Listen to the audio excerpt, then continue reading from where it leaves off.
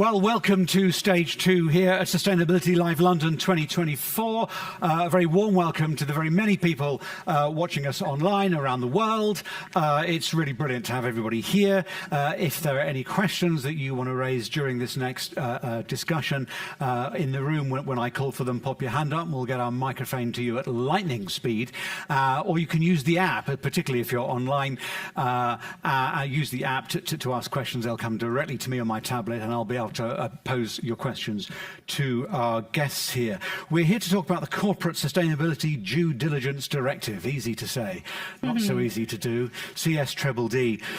You've already got, if you're in Europe or doing business in Europe, the Corporate Sustainability Reporting Directive. That came in July. By 2027, yep, you got the pleasure of the CSDDD. Turns the screw a bit more. Companies headquartered in Europe and companies outside of Europe, which do a qualifying level of business in Europe, must actively identify, prevent and mitigate negative impacts on both people and the planet. And we're talking human rights, working conditions, pollution and climate change.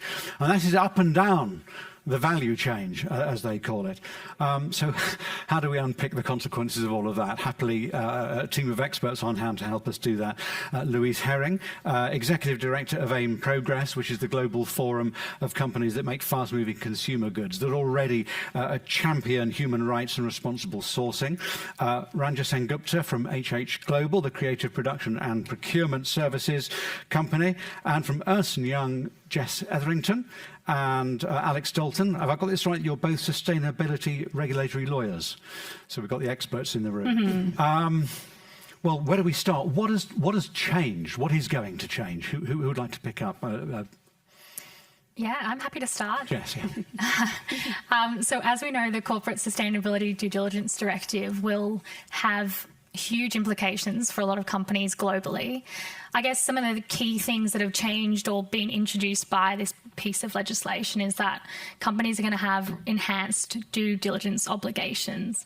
And part of that's going to involve identifying some of the key risks within your supply chain and then being able to implement due diligence policies in consultation with employees, quite crucially, and key stakeholders of the business, and being able to communicate that within your broader organisation as well, and consider how that flows down with your subsidiaries if you're part of a bigger group as well. And I would say, I guess one of the most important things or challenges, I guess, with the Corporate Sustainability Due Diligence Directive is that companies are going to need to essentially map their whole supply chain to understand where their upstream and downstream suppliers are and some of the key risks within their supply chain in respect of any human rights violations and any environmental issues as well. So that's going to be quite a challenge for a lot of organisations. We were discussing this a little bit earlier. So it might be good to kind of turn to you, Louise, to talk about how that's going to be impacting your company as well. Yeah, happy to do that. Hi, everyone. Quick question to the room. How many people have heard of the UN Guiding Principles on Business and Human Rights? Okay, loads of hands in the room. So I think in response to your question, what's changed? A lot, but essentially a lot of what's being implemented through the CSDDD exists already in the UN Guiding Principles. For AIM Progress members, we've been around since 2007.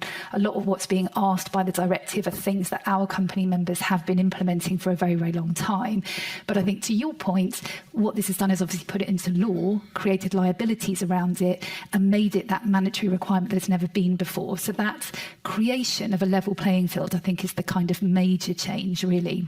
I think with that, if you think about the requirements for companies, I would describe it as being like a magnifying glass, that things that have been going on previously that may have been done in different ways, different companies may have interpreted them differently, there now are going to be more, there will be more guidance to tell companies what to do, and there will be a need to do it more, do it quicker and do it better.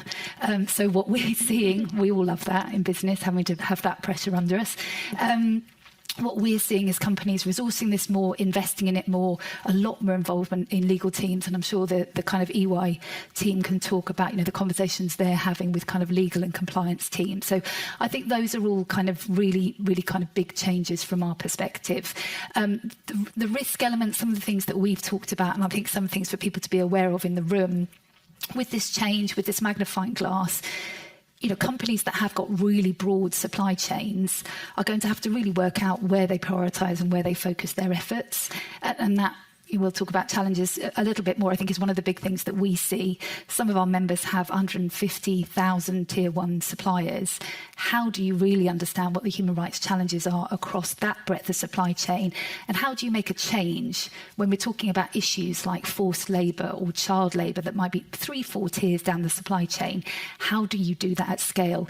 It's a totally different kind of scale of conversation that we're talking about now, which is going to require us all to take it a lot more seriously. The one other very quick thing I'd add in terms of change is it's HREDD legislation, and it's that combination of environmental and human rights, which from our perspective we think is fantastic, but it's not necessarily a way that companies have worked before where they've tried to integrate those two topics. So we can go into that in a bit more detail. Absolutely. I mean, Ranja, you have a huge number of blue chip clients. So you must be looking at those, and you have your own company to worry about as well. Exactly. From your exactly. perspective. And again, we sit in the tier 2 supply chain. So our challenges are different. But then again, I think having the HREDD, as Louise just said, having that in place, CSDDD, correct me if I'm wrong, aligns into that process. It's a 6-step process, how we've identified in our organization. And we're going to go through each and every step. And so that's what we were talking about earlier, that it aligns. CSDDD does align, but then getting the correct stakeholders involved, that is the challenge. Yeah, definitely. And that's something we're talking to clients more broadly about, because obviously the CSDDD is a big piece of legislation, but it sits within the umbrella of a tidal wave almost of sustainability legislation that companies are being impacted by. And we really think that companies should adopt more of a cross-functional approach. Yes. So it shouldn't just be sitting with GC to sign off on certain compliance obligations. It shouldn't just be sitting with the finance team to report in line with the Corporate Sustainability Reporting Directive. And especially one of the key things that I would say about CSDDD is it's sector agnostic, and that's really beneficial in a lot of ways for companies, because if you're reporting in line with that directive and then you have additional due diligence obligations under, say, the EU deforestation regulation, or you've got additional due diligence obligations under the EU batteries regulation, at least it's a good kind of starting point, and then you can see whether there's any similarities between your due diligence obligations under those additional laws and regulations, and try to adopt more of a streamlined approach, working cross-functionally together to deal with it. Alex, can you outline some of the other challenges that are coming up? Yeah, but just actually following on to Jess's point as well, not just because I'm at EY and it's all very multidisciplinary, but actually looking at all of these different regulations, CSDDD, holistically rather than a piecemeal approach. This is very much beneficial to the stakeholders of the business. You've got to kind of think, what are the regulations requiring from you? That's one thing. Secondly is the stakeholders. What do they need from you in order to comply with all of this? And then thirdly, the commercial and the financial viability. It's one of those things, all these regulations are coming out thick and fast, and stakeholders are kind of thinking, oh gosh, not another one, how do we deal with this?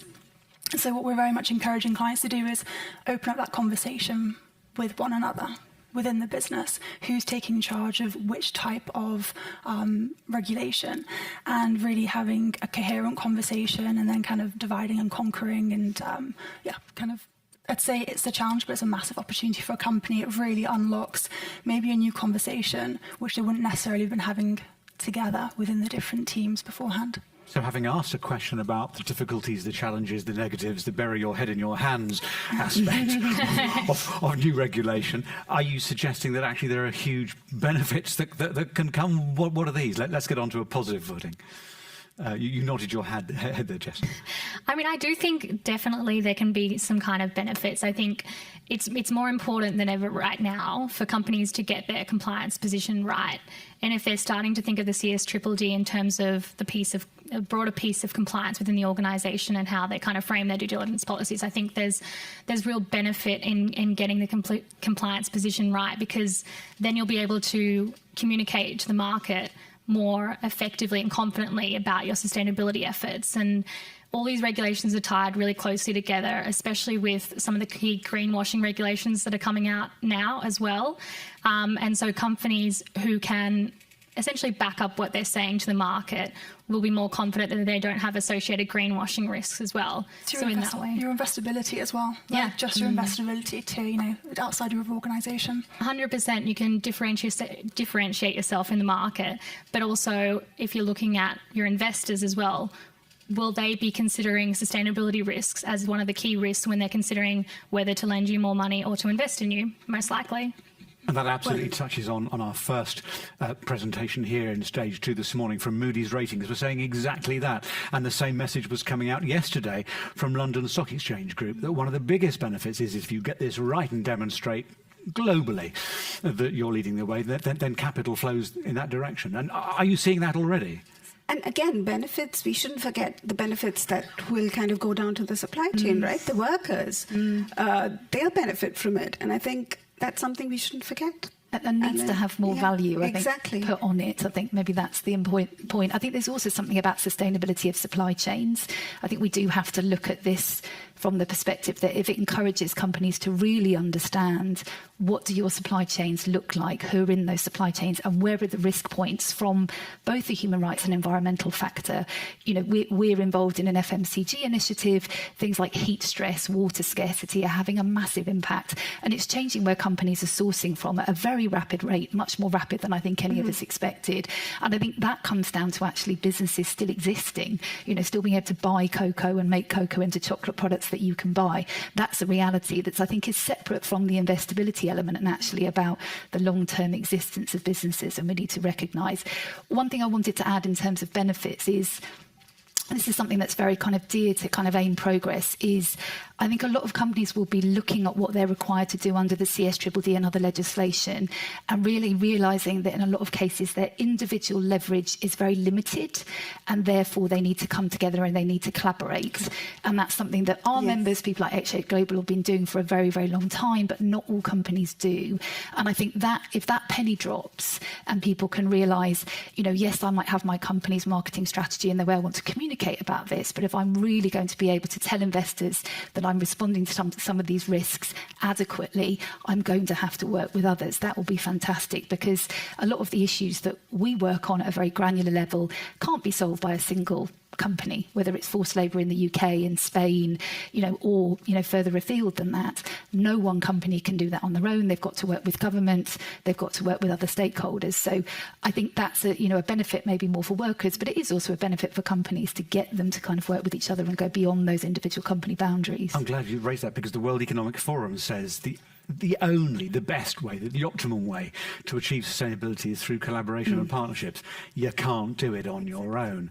SDG number 17, I think, one of the most important ones, collaboration, work together. Yeah, and you advise that, presumably. Yeah, of course. It's the whole integration piece as well. So potentially, 15 years ago, I may have said, put your hand up if you're a chief technology officer. It would have been like this. Now it's like, who's a CSO? And everyone's like this. But now what I anticipate is, moving forward, that CSO role will remain vital, but it will be integrated. Okay, it will be integrated across all the different lines of a business rather than sat underneath one person's control. And now it's expanding anyway. Now we see the CFOs becoming more concerned, procurement, supply chain, the lawyers, everybody. But I feel that everyone within the departments in a company will have their role to play, and therefore the integration piece will start to flow through. But there's the headline news. It's great news for CFOs and the lawyers on the back. Are there any questions that you'd like to raise and for the panel? Where's the mic? Yeah, there's a lady in the front. Julie in the mic. Thank you. Hi, I'm Emily. I'm from ABL Group. We're a marine and engineering consultancy. I really like what you've highlighted about the collaboration between teams internally. How do you recommend fostering that collaboration? Because I find that something really difficult, as it sometimes ends up being a hot potato that's thrown from person to person. No one wants to touch it. What are your top tips for that, I guess? Do you want me? So I start on this one. I'll give you the experience from our company members. I think really important thing, very easy to say, not always easy to achieve, is the senior leadership. We see joint working groups form and then not really function because a senior leader makes it happen and then a senior leader moves on. we always talk about within the AIM Progress membership that senior leadership is a bit like politicians. You've got the challenge that every 4 years they move on, and therefore it's really hard to get continuity. But I think that's the thing you've got to ask for. Like, if we're going to commit to create this group, I think find a scale and find a topic for a group to come together that works for your business. So for some people, it might be a modern slavery working group because they're in the UK, they're responding to the Modern Slavery Act, and therefore they can get a hook around that. But then that evolves into a kind of human rights working group. Or perhaps it's finding a really tangible project where it makes sense in the short term to kind of bring people together, and that can then evolve in the longer run. I think, these guys, I'm sure, will kind of mention the role of general counsel and legal teams. I think, that I think can also be really helpful. I also think, again, we say a lot in AIM Progress, never waste a crisis. So if there's a crisis, sorry to be cynical, but, we have crises around things like recruitment fees that have found that workers have paid, where suddenly there's numbers and there's money that's on the table. And that's a really good opportunity to get people together, maybe in an ad hoc way, but then you evolve it and you try to make it kind of sustainable. So those are the sorts of kind of things that we've seen. Aside from that, I could give you multiple documents and reports that are out there that will make the business case to your senior leaders. But sometimes, in honesty, I think the crisis is the one which you use as a bit of leverage. So, yeah. True. I was going to say as well, I think just by virtue of the fact that the penalties are so extreme with the CSDDs, there's going to need to be a level of accountability across multiple functions of the business, and it's going to really mean that a lot of different people are going to have to be involved in order for the board to provide sign off on certain policies and procedures. Member states having to transpose the directive nationally and then impose fines, which are at least 5% of net worldwide turnover, is huge. So that's going to I think it's going to, like you say, be a bit of a crisis initially, but it's going to really encourage lots of different parts of the business to work together more closely. Thank you very much. There's another question from a member of the audience in the front. Thank you very much. It has been a very interesting panel. I'm Juan, I'm from Capgemini, and I have just a very simple question from your perspective. What would be the difference between CSDDD and CSRD, and how can you make them work together? Because at some point, companies are going to struggle to, and they are struggling like reporting to several regulations and reporting frameworks. So thank you. Yeah, I can start on this one. So, CSRD and CSDDD really do complement each other in a lot of ways. The CSDDD is all about your due diligence policies and how you manage that internally, and CSRD is more about how you report that externally to the market. And not all companies that are in scope of CSRD will be in scope of CSDDD or vice versa. It is likely that a lot of companies that are preparing to report and are in scope of CSRD will also be in scope of CSDDD. And I guess there's kind of important exemptions which companies can rely on in respect of some of their disclosure obligations on the CSDDD if they're already reporting in line with CSRD. So I think it's really important just to kind of be looking at them both almost in tandem and considering what the linkages are between those two directives and how we can get the due diligence policy almost right, even if you're not in scope of CSDDD now, so that when you're communicating that to the market in line with your CSRD obligations, you're doing it in a way that you can back it up to the market and also avoid those greenwashing risks, which we were kind of touching on a little bit earlier as well. It's really great to look at them as well together, like as sister directives, because ultimately, and to Jess's point, with various different obligations between the two. So, for example, with CSRD, if a company is compliant with CSRD, they are therefore seen as having basically complete the transition plan, which is part of one of the obligations of the CSDDD. So that will already be seen as complied with if they are compliant with CSRD already. So it's taking a step back, seeing what the obligations are to comply with each of these regulations, and then being able to form, a more business viable solution as well of going forward in terms of making sure they're compliant with the legislation and also not duplicating efforts, because there'll be a lot of duplication otherwise in between. Yeah, I think there's just one very quick thing, if I can just add that I think the CSRD is quite helpful with, is it does really shine a light on own operations, because particularly so many of the data points you have to, forgive all the acronyms, but you have to report under the EFRAG of Governance, another acronym, are own operations focused. And one of the AIM Progress principles is never ask your supply chain to do anything that you're not doing yourselves. I'd love to say that that is universally applied, but I don't think it has been to date. But I do think CSRD and what you have to report on is really going to push a lot more of that, which will be really positive, because companies should be doing the right thing, whether it's around unionisation or around grievance mechanisms or health and safety, and then saying to their suppliers, we are asking you to do this and we're doing it ourselves. So hopefully I think that's a challenge, but a kind of positive that will come out of it. And it's there in the directive that, you know, scope does cover your own operations. But I do think the CSRD for our members is really concentrating minds on the need to do that, which is really interesting. Yeah, and I just wanted to touch a bit more on that transition plan piece, because Alex is completely right. So if you're saying under CSRD that you do have a transition plan in place, but you don't actually have that implemented yet, there is that positive obligation under CSDDD to then implement that policy. So if you can closely align those requirements, it's really important. And while the Commission hasn't implemented its guidance on what it's expecting for the transition plan yet, crucially, you can start taking a bit of a proactive approach now, looking at the TPT, Transition Plan Task Force Disclosure Framework, to start thinking about whether you want to voluntarily line up your disclosures in relation to that framework as well for the transition plan. That was going to be my second question. We have somebody right at the back of the room. It's always great fun to make the microphone man, Julian, run as fast as possible. This is full speed.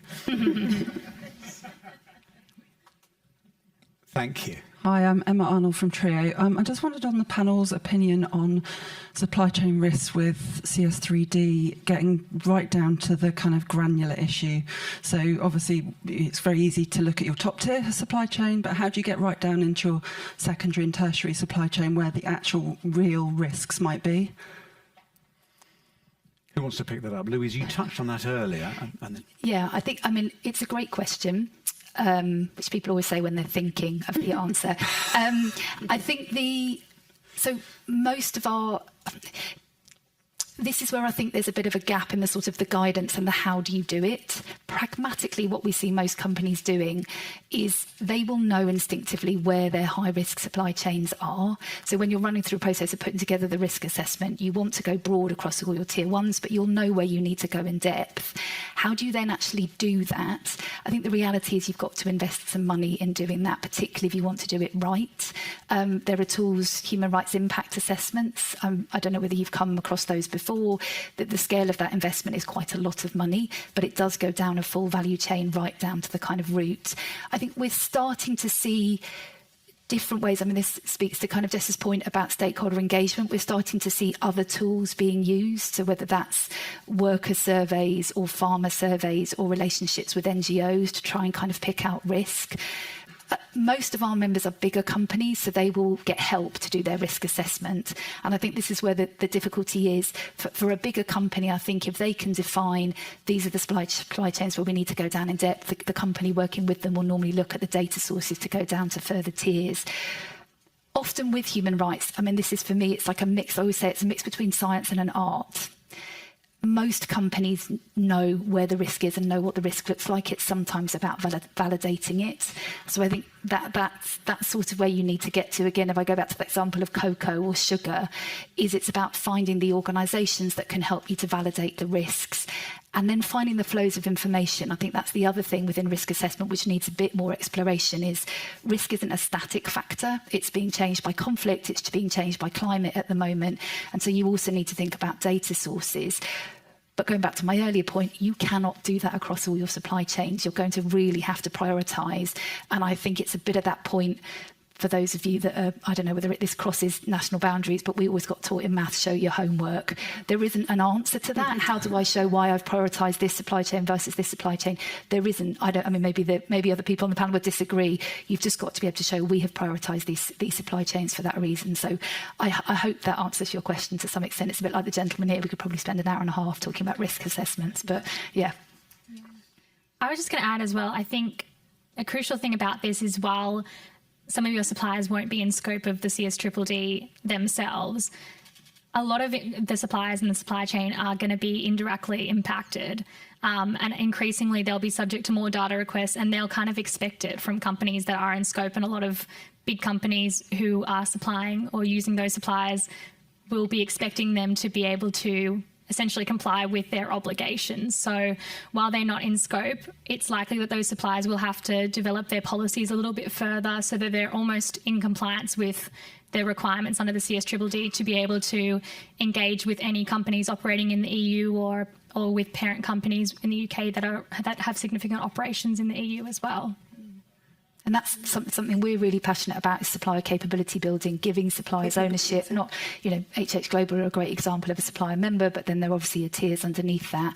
A lot of the work that AIM Progress does is about now capability building on HREDD for tier 1, tier 2, India, Mexico, Thailand. We're working in all of those geographies to try and, exactly as you've just said, encourage suppliers to develop their own risk assessment, and that's another source in.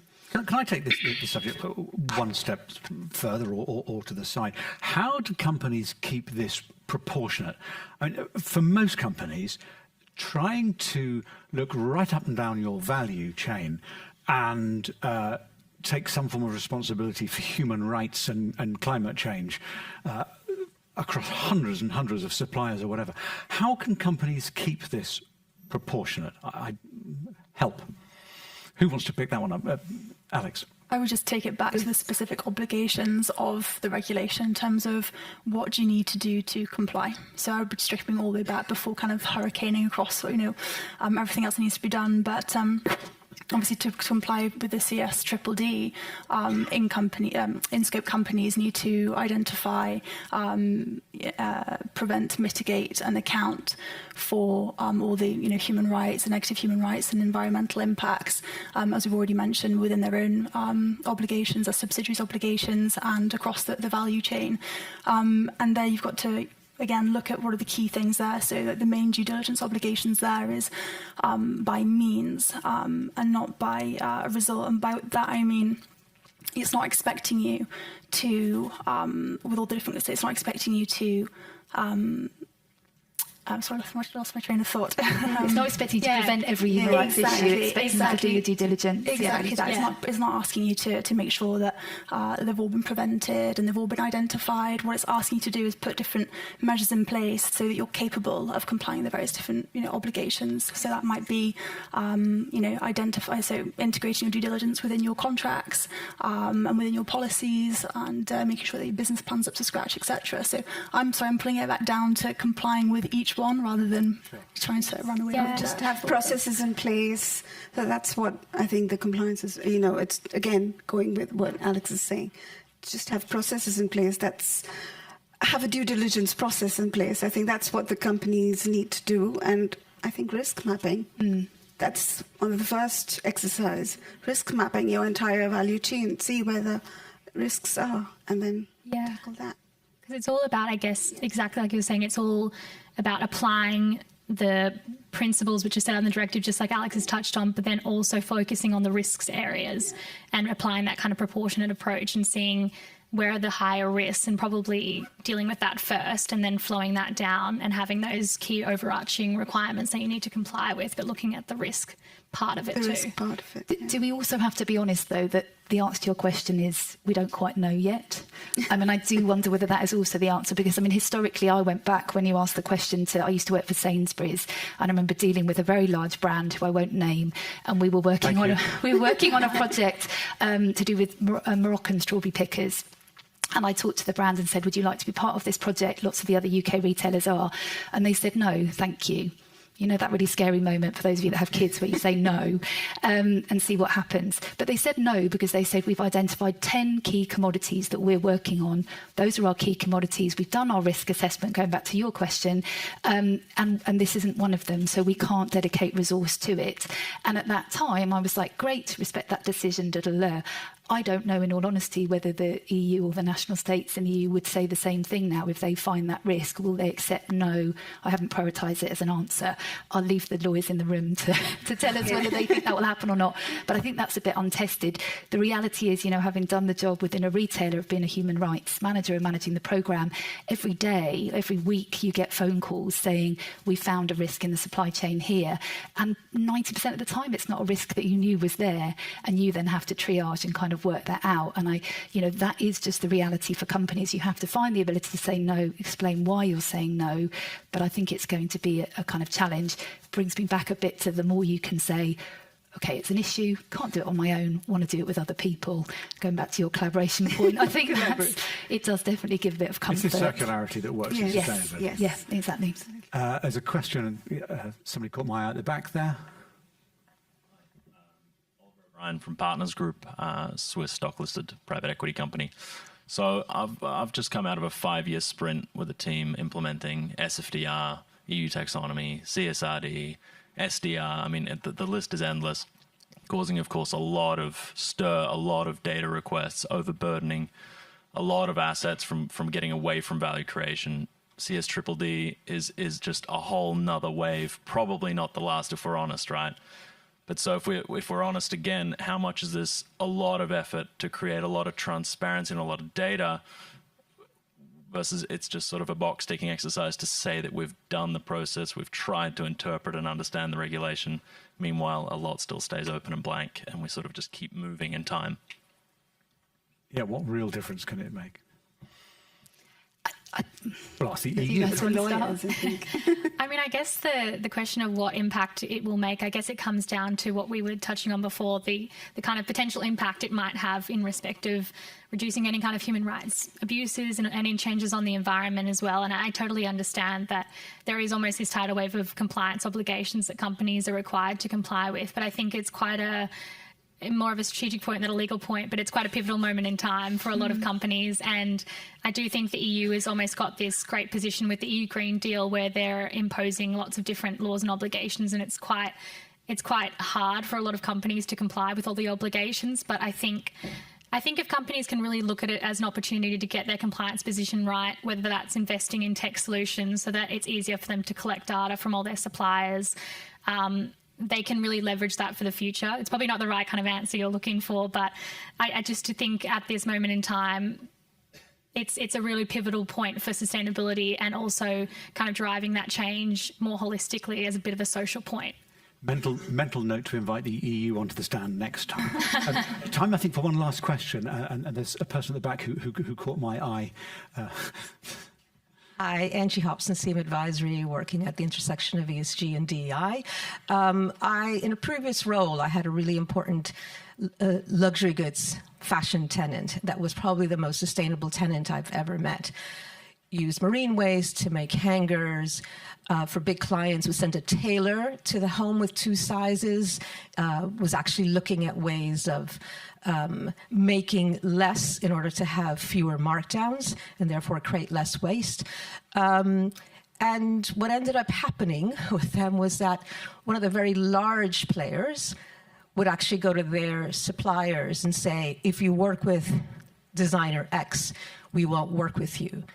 That really well-known fashion designer has since gone into liquidation. And so even though it's for larger companies, the CSDD, even after the watering down by France and Germany, how do you keep this from being a big player's name that actually crushes, the really revolutionary sustainable players?